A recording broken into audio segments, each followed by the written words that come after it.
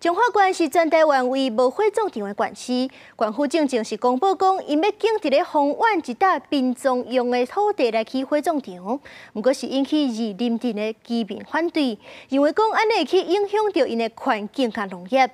县府今日早起就伫咧议会专案报告，自救会嘛去议会陈情抗议。县府是表示，目前要去伫咧地也咧沟通当中。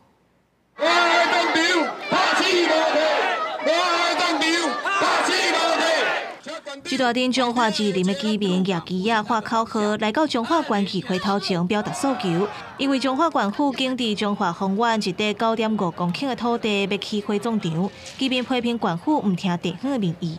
阮二林人唔是人吗？阮袂当输一下新鲜的空气吗？吼，敢有需要安尼？阮这可怜的，阮忍受恁开发经济，互阮的这污染。 当地民众表示，中华县是全台湾唯一一个无火葬场的县市。县府拍算伫咧方圆起火葬场，不过二林镇和火葬场干那隔一条路，而且二林是风尾，当地人口密，又搁是中华县的牛村，若准起火葬场会造成真大的冲击。居民批评县府咧使暗盘。监管嘛伫遮，养老院嘛伫遮，国校也搁伫遮。啊，你甲看76个哦，伊逐工个殡葬业伫遮来，你甲看新中国小朋友哪读册？咱我的立场。 就是反对方圆乡这个火葬场起伫咱二林的边界。自救会策略动员几若百人，趁县府伫议会专案报告时阵陈情，要求县府互因一个交代。中华县议长谢典林嘛甲陈情书收落来。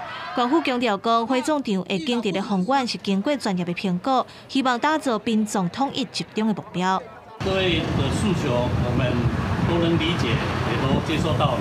我们也希望可以跟各位好好的沟通。县府表示，目前要搁咧选地点，11月中就会开始举办说明会，甲居民沟通。不过，当地居民是要求县府爱贴案限月居住权益。